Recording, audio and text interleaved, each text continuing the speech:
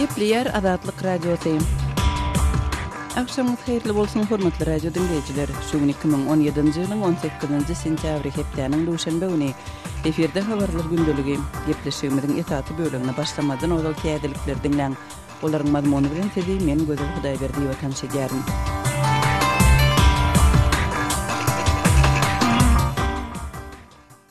Birleşen Ştatlaryň prezidenti Donald Trump 18-nji sentýabrda Birleşen Milletler Guramasynyň New Yorkdaky baş edarasyndaky duşukda guramany reformirleme üçin global derejede goldawa eýe bolmak ugrunda hereket eder. Birleşen Milletler Guramasyny ýygy-ýygydan tanqid edýän Trump bu ýer halkara guramasyny özgertmek boýunça öz garaýşlaryny ma'lum eder. Trump 193 agdaly Birleşen Milletler Guramasynyň baş assambleýasynyň 19-njy we 25-nji sentyabr aralygynda geçiriljek ýyllyk maslahatynda prezident wezipesinde ilkinji gezek çykyş edýär. Trump Birleşen Milletler Guramasynyň reformasy barada baş sekretary Antonio Guterres'iň we dünýäniň 120 ýurdun gol çekçek deklarasiýasyna goşulur. Birleşen Ştatlar Birleşen Milletler Guramasynyň mali üçinçiligine iň köp goşan goşýan ýurt hökmünde mali goşandyny çäklendirjekdigini duýdurdy. Guterres munyň gurama üçin çözüp bolmajak problemleri döretjekdigini aýtdy.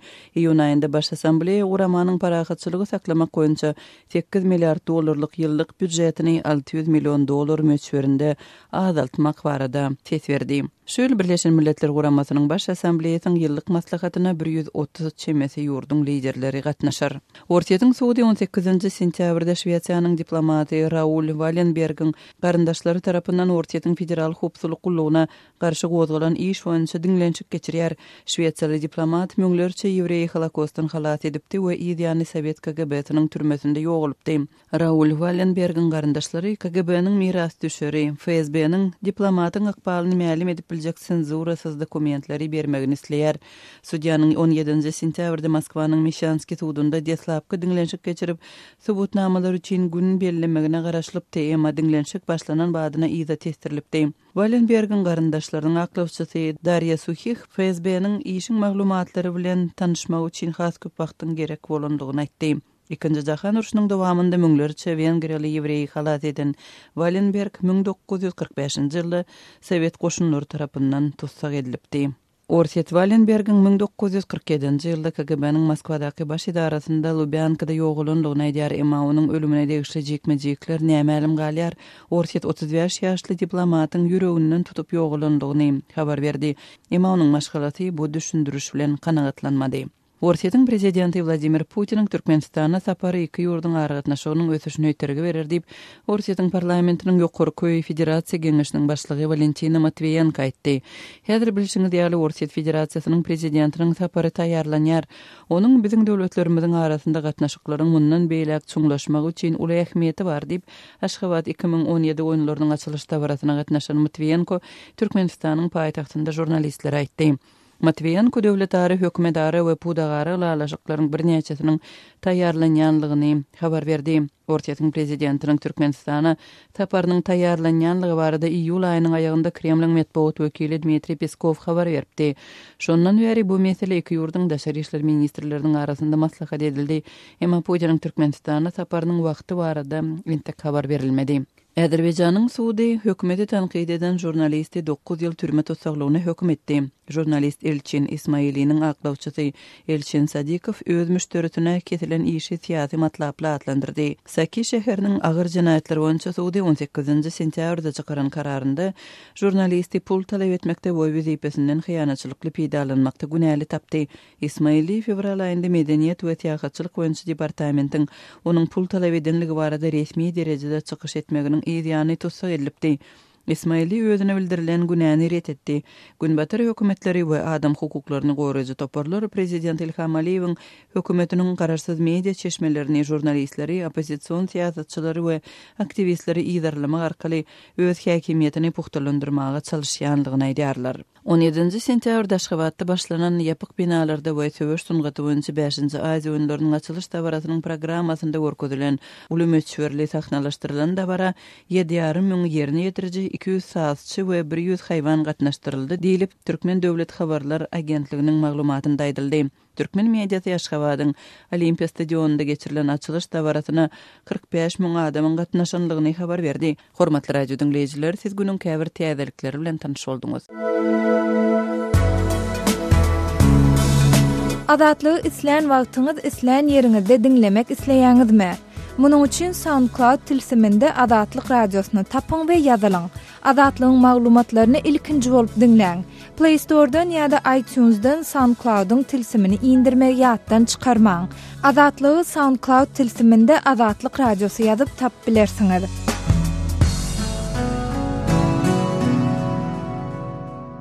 Gepleýär Adatlyk radiosy. Hormatly dinleýijiler, eferde siz bilen men Hudaýberdi Hally.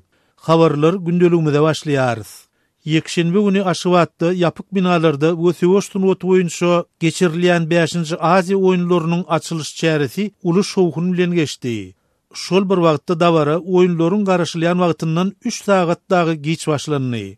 Ýeri gelende ýatlasak, oýunlary 500 gün galan mahaly, tersini işleýän kalendar işledilipdi. Onun çen tutulsa, oýunlaryň açylyş dawarasy 17 sentýabrda sagat 17:00-da başlanmalydy. Şol gün döwlet telewiziýasyna görkezülen gün ýaýlymdaky reportajlarda hem sagat 17-niň öň ýanyna habarçylar dawara sanly minut galy diýip başlapdylar. Emma açylyş çäresi 20 sagat 17 minutda başlandy. Bu arada Aşgabat 2017 oýunlarynyň resmi saýtyna maglumat görkezülen bolsa-da, döwlet mediasyna hiç ýyly maglumat berilmedi. Açylyş dawarasy münasibetli Aşgabatda ençeme döwlet ýolbaşçylary, şol sanyny goňşy ýurtlaryň liderleri, Gadagystanyň prezidenti Nursultan Nazarbayew, Täjik prezidenti İmamoğlu Rahman we Özbek prezidenti Şawkat Mirziýoýew dagy geldiler. Şeýle-de oýunlarda türgenler çykyş edýän Pakistanyň we Awganistanyň döwlet başçylary hem açylyş dawarasyna geldiler. Gal berse-de Aşgabat 2017 oýunlarynyň açylyşyna Ermenistanyň prezidenti Serj Sargsyan, Moldowanyň prezidenti Igor Dodon, Tatarstanyň prezidenti Rustam Minnixanow, şeýle-de Russiýa Federasiýasynyň geňeşiniň başlygy Valentina Matviyenko hem geldiler. Bu ýurtlaryň türgenleri Aşgabatdaky oýunlarda çykyş etmeýärler.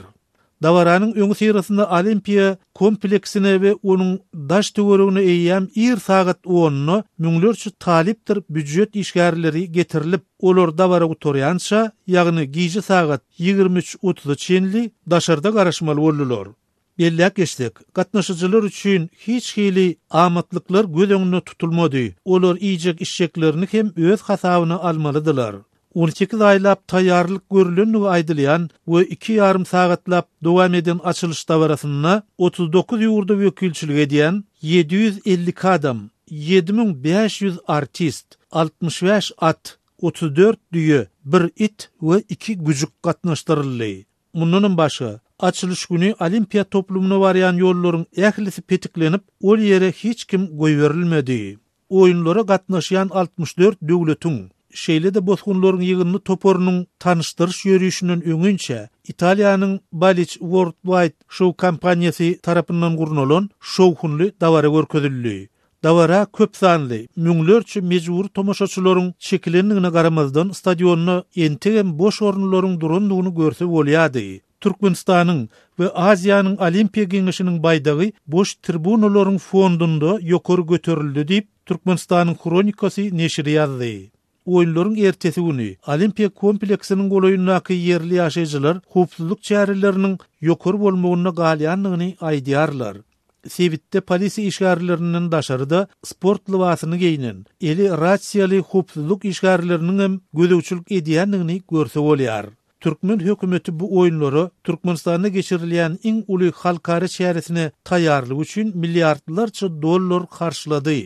Bu oýunlara gawatlap gurulan täze uçur menziliniň döwlet gaznasyna 2,5 milliard dollar çemesi serişde düşünlügi aýdylýar. Şeýle Aşgabatda 150 hektar meýdany tutýan Olimpiya desgalary, şol sanyny 45 000 tomoşaçy orunly stadion, 6 000 tomoşaçy orunly tigir sürüş meýdançasy, su sportlary toplumy, 5 kilometr aralygyny uzayan monoreal ulgam guruldy. Şu aralykda adam hukuklaryny gorayan toporlar Aşgabatdaky we onuň töweregindäki hususy jaýaýerleriniň oýunlaryň öňünden köp sanly haksyzlyga, emlek hukuklarynyň köpçülikliginiň bozulmagyna sebäp edilendigini aýdýarlar. Adam hukuklaryny gorayan Türkmen inisiativasy topory Human Rights Watch guramasy 4 sentýabrda hasabat çap edip Türkmen häkimetleriniň bu oýunlara taýýarlyk sebäpli Aşgabatdaky jaý eýeleriniň müňlerçesiniň jaýyny ýykyp olara degerli kompensasiýa berilmänligini habar berdiler. Şeýlede bu iki hukuk goraýjy topory Aziýanyň Olimpiya Giňeşini 5-nji Aziýa oýunlaryny guraýjy guramany Türkmenistanyň adam hukuklary barada öz üstüne alan borçnamalaryny ýatlatmagy çağırdy. Öz sebetiňizde bolýan wakalar barada azatlyga maglumat bermek isleseňiz bize hat ýollaň. Metbuat email belgisi gmail.com. Siz suratlaryňyzy we videolaryňyzy hem ýollap bilersiňiz. Azatlyk siziň şahsiýetiňizi gizlenlikde saklar. Siz bolan wakalar barada maglumat beriň. Biz hem habar bereriz. Metbuat email belgisi gmail.com. Gepleyer Azatlyk Radiosu. Hormatly dinleyijiler, eferde siz bilen men Hudaýberdi Hally. Habarlar gündeligimizi dowam etdirýäris. Yapık binalarda we söwüş sunuwaty boýunça 5-nji Aziýa oýunlaryna gatnaşmak üçin Aşgabatda barıp bilmedik Hindistanly sportsmenler Türkmenistana barmak üçin ruhsady soň hem alyp bilmediler. Bu ruhsadyň Türkmenistan tarapyndan berilmänligi anyklandy. Mundan öň Aşgabatda gitjek bolan 106 sportsmeniň uçara goýurilmänligi, olara Hindistanyň sport ministrligi tarapyndan ýürüýte ruhsadyň berilmänligi habar berilipdi. Uçara goýurilmedik hindi sportsmenleriniň Aşgabatdaky oýunlara gatnaşjak sport görnüşleriniň Hindistanyň assosiasiýasy tarapyndan ikrar edilmänligi bellenilipdi. Hindistanyň sport ministrliginiň resmisi Azatlyk Radiosyna aýtmagyna görä, sportsmenleriň Aşgabatda gelip bilmezligine Türkmen tarapynyň ruhsat dokumentlerini iýermänligi sebäp bolupdyr. Diňe basketbol we taekwondo boýunça komandalar gidip bilmedi. Beýlekleriň ählisi gitdi. Bu sportsmenler Türkmenistanyň ruhsat dokumentleriniň öýrengiç uğradylanlygy sebäpli gidip bilmediler diýip Hindistanyň sport ministrliginiň adyny aýtmak islemedik resmisi aýtdy. Şeýlede ol sportsmenleriň gitmezliginiň jogapkärçiliginiň belli bir derejede Hindistan tarapyna da degişlidigini belledi. Emma tahkik bir zat aýtmakdan saklandy we Aşgabatda gidip bilmedik sportsmenleriň sanyny hem agdamady. 13 sentýabrda Hindistanyň habar beriş serişdeleri 106 sportsmeniň diýeli Aşgabat uçuryna goýurilmänligini habar beripdi. 17-27 sentýabrda Aşgabatda geçirilýän yapyk binalardaky we söwüş sunuwaty boýunça 5-nji Aziýa oýunlarynyň resmi web saýtyna başda Hindistanyň jemi 230 sportsmeniň gatnaşjakdygy aýdylypdy. 18 sentýabrda bu resmi web saýtyň maglumatyny Hindistanly 211 sportsmeniň ady görkezilýär. Emma haýsy sportsmenleriň barmanlygy nämälim galýar? Sebäbi bu resmi maglumatda basketbol we taekwondo boýunça komandalar görkezilýär. Yapyk binalarda we söwüş sunuwaty boýunça 5-nji Aziýa oýunlarynyň programmasyna jemi 21 sport görnüşi boýunça şol sanyna küşt, futsal, tennis, muay thai, sambo görüş, jiu-jitsu, bowling, atly sport, tigir sporty, ýeňil atletika, agyr atletika boýunça ýarşylar gidýär. Şol sport görnüşleriniň adynyň 13-si Olimpiya sport görnüşi ýokmuny ikrar edilmeýär. Şeýlede 2005-nji ýyldan bäri geçirilýän yapyk binalarda we söwüş sunuwaty boýunça Aziýa oýunlary sportsmenlere başga ýeri halkary bäsdeşiklerine gatnaşmak üçin kwalifikasiýa bermeýär we olaryň reytingine hem täsir ýetirmeýär. Aşgabatda geçirilýän 5-nji Aziýa oýunlarynyň guramaçylary başda 6000 çemesi sportsmeniň ýarşylary gatnaşjakdygyny eglan edipdi. Emma oýunlaryň resmi web saýtyna çap edilen maglumatda Aziýa we Okeaniýa regionlarynyň 62 ýurtdan 4066 sportsmeniň gatnaşjakdygyny aýdýar. Bellemeleri habar beriş serişdeleri şol sanyny Azatlyk Radiosu Aşgabatda geçirilýän oýunlary Aziýada ýa-da Aziýa oýunlary diýip ýalňyş atlandyrypdy. Sebäbi olaryň yapyk binalarda we söwüş sunuwaty boýunça oýunlaryna gatnaşygy ýok. Agdalýan sport şäherlerini tapawutlandyrýan ýeri yapyk binalarda we söwüş sunuwaty boýunça oýunlaryň guramaçysy ýokmundy. Aziýanyň Olimpiya komiteti çykyş edýänim bolsa, ol Halkara Olimpiya komiteti tarapyndan ikrar edilmeýär.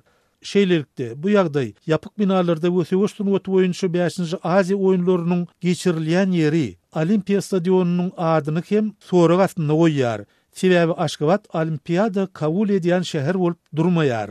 Yapık binalarda we söwüş sunwaty boýunça 5-nji Aziýa oýunlary 27 sentýabr çenli dowam etdirilýär. Türkmenistanyň häkimetleri sport şäherlerine gatnaşýan daşary ýurtly mehmanlary türkmenistanlylar bilen tötäniniň duşuşykdan üňeleşdirmek üçin öňgörülip eşdilmedik şäherleri amala aşyrýar.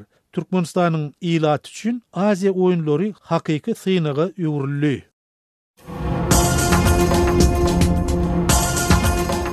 Öz sewitingizde bolýan wakalar barada adatlyga maglumat bermek isleseňiz, biziň Facebook hasabymyzda ýazyň. Bizi gözlegi bölümine Adatlyk Radiosu ýazyp tap bilersiňiz. Siz suratlaryňyzy we videolaryňyzy hem ýollap bilersiňiz. Adatlyk siziň şahsiýetiniňizi gizlinlikde saklar. Siz bolan wakalar barada maglumat beriň, biz hem habar bereriz.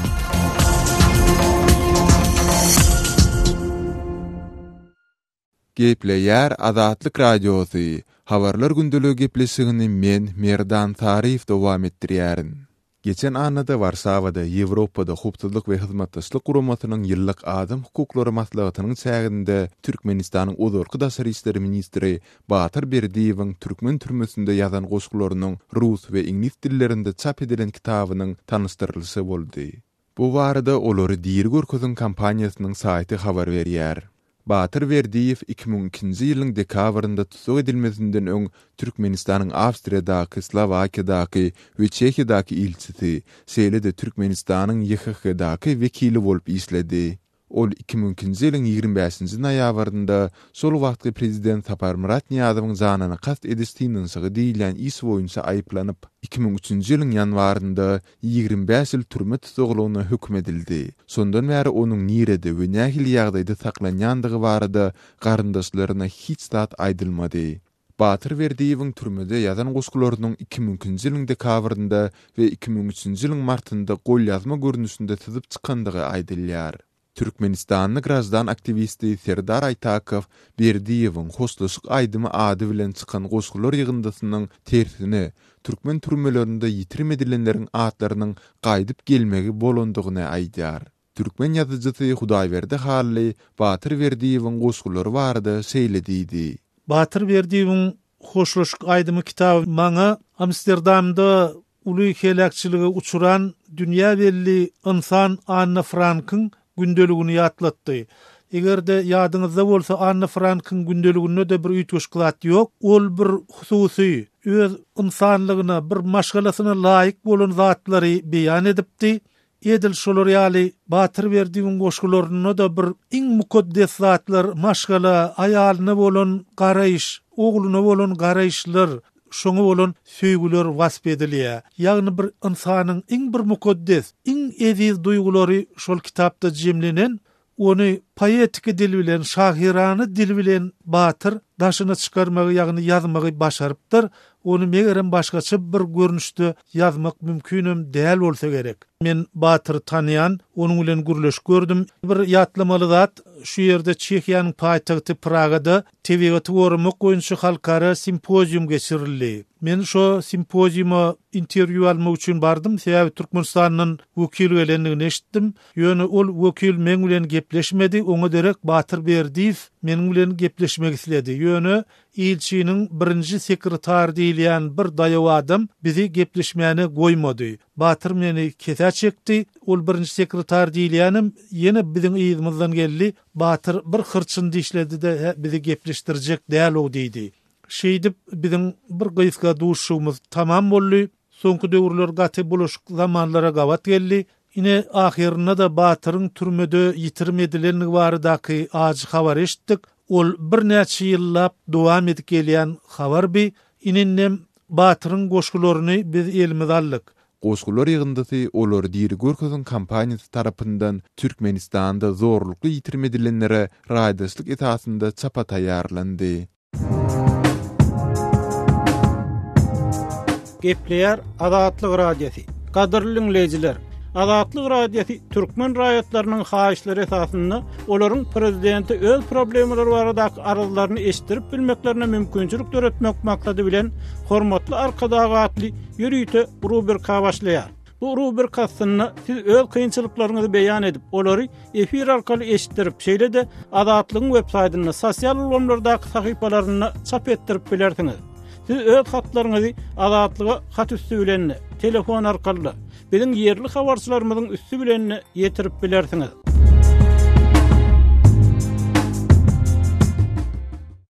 Gepleýär Adatlyk radiosu. Habarlar günneligi gepleşigimizi Adatlyk radiosynyň Türkiýedäki habarçysy men Döwlet Baýhan dowam etdirýän. Gara deňizde türkmen gaçkak bozgunlar bilen ele salyndy. Soňky wagtlarda bikanun ýollardan Türkiýe gelýän ýa-da bu ýurdun üstünden Ýewropa gitmäge synanşyk edýänleriň arasynda Türkmenistan raýatlarynyň ele salynýanyň arasynda türk mediasyna ýygyderli maglumatlar berilýär. Türkiýanyň Milliýet gazetiniň ýazmagyna görä, Goloýda jandarm gullugy bilen deňiz howpsuzlyk serkerdeligi tarapyndan gurnulan bir operasiýada bir näçe sany ulu gaýyk bilen Türkiýanyň Günmatar Gara deňiz sebitinden Ruminiýa we Bolgariýa bikanun ýollan gitmäge synanşan biri Türkmenistan'ın olmak bilen 820 Siriyalı, 10 Iraklı, 2 Uwanstanlı ve 1 Rumunyalı gaçkaklar ele salınıptır. Gazetde ve galy bersede Türk metbuatyndaky beýleki çeşmelerin habarlaryna da gaçkak bozgunlar bilen bilelikde ele salynan Türkmenistanly raýat barasynda. Şol sanda da oň nirden gelip nire barýany hakda jekmejik maglumat berilmeýär. Gazetiň habaryna görä, soňky bir ýarym aýda geçirilen operasiýalarda jemi 1071 gaçkak bozgun bilen 15 sany adam söwdasyny gurnayan tutsak edilipdir.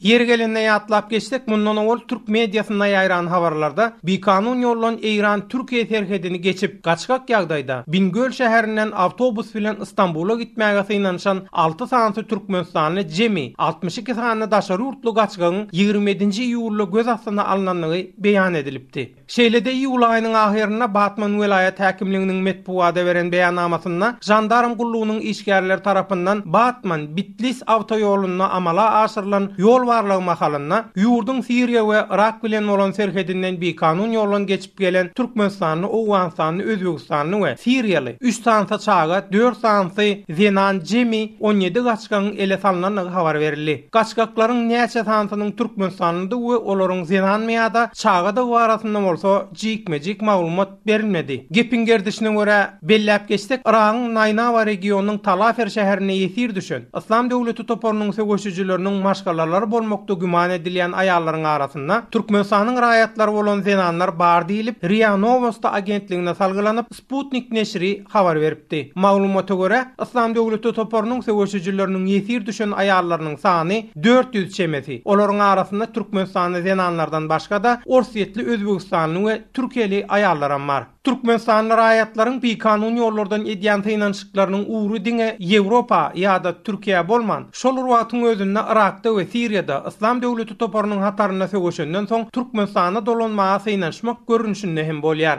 Adatlyk radiosynyň Türkmenistanyň Goranmak ministrligindäki çeşmesiniň gurrun bermegine görä 4 şüpheli Ahaly welaýatynyň Kaka etrawynyň territoriýasyna ele geçirildi. Şeýlede adanyň anonim galmagy şerti bilen söhbetdeş bolan çeşmeniň tasdiklamagyna görä söwüşüji diýilip güman edilýänleriň 4'ü Türkmenistanyň raýaty bolup, olar Siriýada we Irakda İslam döwleti toparynyň hataryna söwüşipdirler. Şeýlede Goloýda Türkiýanyň hökümetiniň İslam döwleti topary bilen ilteşigi güman edilýän 4 türkmeni Türkmenistana ekstradisiýa edenligi habar berilipdi. Adatlygy line ulgamynda Osmok 420 773 797 383 telefon belgisi arkaly tapyp bilersiňiz. Biziň bilen habarlaşyp maglumatlary, suratlary we videolary ugradyň. Şahsiýetiniz dogry gizlilikde saklanır. Osmok 420 773 797 383.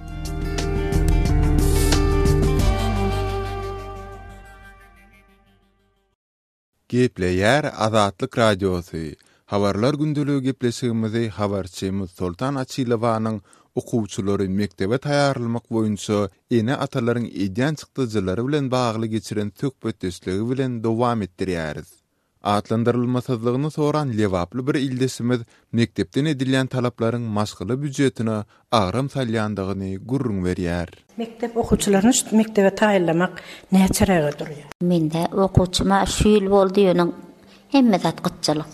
Men endi pensiyalan soňunça bolmady. İşlemeýän ýerlerde kynçylyk boldy. Edil bir neme goňşymyzyň erde peresi bolan, erde bolan, ayalda bolan hiç kim işläni ok özüm biremeýänke jaý bar da. Şonu men sumkasyny alyp berdim. Yine bir gyzym şonuň okuw depterini alyp berdi, bir ruçkasyny alyp berdi. Şoňa ýaly kömek etdik de. Bolmasa şu 4-5-nji sentýabr açyp ikinji çağız okuwa gidip bilmedi, birinji klasa barmaldy da. Birinji klas indi täze sumka hemmedat alyp bermeli de.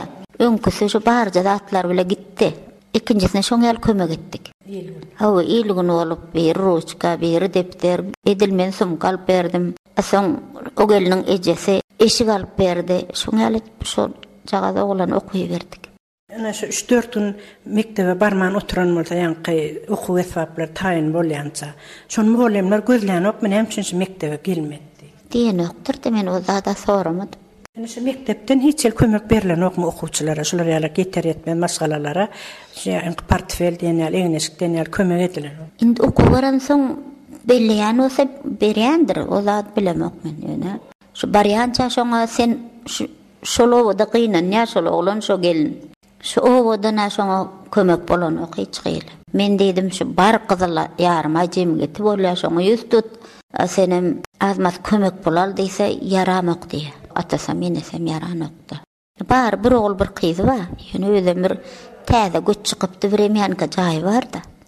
Geçe kolen haşol ne özüň näçe mysal üçin özüňi tasaplap gördüňiz bir okuwçynyň çykdyjy nämedir? Oňa ýaly gazaplap görmedim. Mysal üçin ne portfel näçeden aldyň, köwşi näçeden gyýt, oglun uğradan. Gyza saatga gitýän ayakkap bile gitdi. Täze ayakkap alyp bermedik şol ayakkap bile. Odan çağalar bagyna gatnaýar. Hawa, çağalar bagyna gatnaýar şo ayakkap bile gitdi de. Sumkanam näme diýen men? Köne puldan 150 mi şoň ýerlerde aldylar. Depter ruçkanam basan alan gyzym aldy, men onu edil näme çykanyna toşny bilemok. Indi düýbinden çağatyn mektebe uğrady bilmän oturan masgalalara duşýanmy, mektebe bar bilmän oturan çağalara. Bilmedim men el arasynda indi. Köp ýürümän soň ayagma aransa onçasyny bilemok ýöne. Gepler Azatlyk Radiosu. Eferde habarlar gündəligi programmamız. Men Şaýmardan Gulum Radi Kabuldan. Demirgazyk Awganystanyň Jowzan vilayatynda jeňçilere garşy harby operasiýanyň başladylandygyny resmiler aýdýar. Uruşa Erbeki atly yerli ýeraglylaryň hem gatnaşýandygyny ma'lum edýär. Jowzan vilayatynyň 10 etrabı bar. Vilayatyň 3 etrabı Türkmenistan bilen çäkleşýär. Obollary jeňçileriň ýeçiligine geçen Hamýab etrabynda bolsa, Awgan güýçleri jeňçilere garşy çäre görmeýär. Emma harby operasiýanyň tutuş vilayat boýunça giňişletiljekdigini Awgan armiýasynyň 208 Şahin atly harby diwiziýasynyň başlygynyň ornmasary general Abduldayan Enderawi aýtdy. Çatışykda 15 jeňçi öldürilipdir, 8 jeňçi yaralanypdyr. Uruşda Awgan güýçlerine de ziýan ýetdi. Ölü we yaralanlar bar dip Enderawi belledi. Düşman 15 kişi wajda zahmy doşdy, sırmo ýak zahmy, ýak şeýt boldy. Emma 15 jeňçiniň halak bolandygyny Taliban tasdiklamady. Erbeki atly ýarym resmi yerli ýaragyllara uly zarba urulandygyny Taliban öňe sürýär. Jowzan vilayatynyň polisiýasynyň başlygy Rahmetullah Türkistanyň aýtmagyna görä, Akça we Hanaga atly etraplaryň ençeme obasynyň jeňçiler ýzyna serpikdirilipdir. Meňejik etrabynyň obalarynyň köpsi jeňçilerden arassalanypdyr. Jeňçilere garşy görüş dowam edýär. Obalaryň hemmesinden hem jeňçiler gowylyp çykarlar diýip Türkistany umyt bildirdi. Karajat Bakça we ýak Hanaka foksazy şut, Meňejik foksazy şut, tasfiýe şut. Türkmenlerin qoğuçun bolup ýaşaýan welaýatyň baş etrabynda howpsuzlyk şertleriniň gowdaldygyny Akça etrabynyň hakimi deputat Annamra Şahy dile getirdi. Owalarda jeňçileriň ýerleşendigini hakim ma'lum etdi. Akça şäherine de jeňçileriň waham salýandygyny bildirip hakim şeýle diýdi. Men dogry näýdäsin, ýalanaýdan pidasy ýok. Akçanyň ýagdaýy onça bilen ýakşydan. Baş uluslarlykda kışlagar talipler elinde, talipler etrafında jaý alan. Hatta Akça uluslarlygynyň Murdiýan uluslarlyga bar kelbilemiz ýok. Akça şäheriniň içinde hem talipler jaýlaşan. Jowzan vilayatynyň Hamýab etrabyna jeňçiler arada basyp aldy. Emma bir günden soňra jeňçiler etrabyň merkezinden ýzyny çekildi. Yönü Türkmenistan'ın serhat yakasında yerleşen Hamiyab etrafının iki sebtinde henidem jeňçilerin hareket edýändigini deputat Anna Mara Şahy aýdýar. Hamiyabada bir grup Molla Mecit diye ulusal talipler orada bozarıp Çöptetepe olar şüphelen bar. Hamiyabda şol. Hormatly radio dinleyijiler, şunun bilen habarlar gündeligimiziň şuňky sanyny geçirip gutarýarys.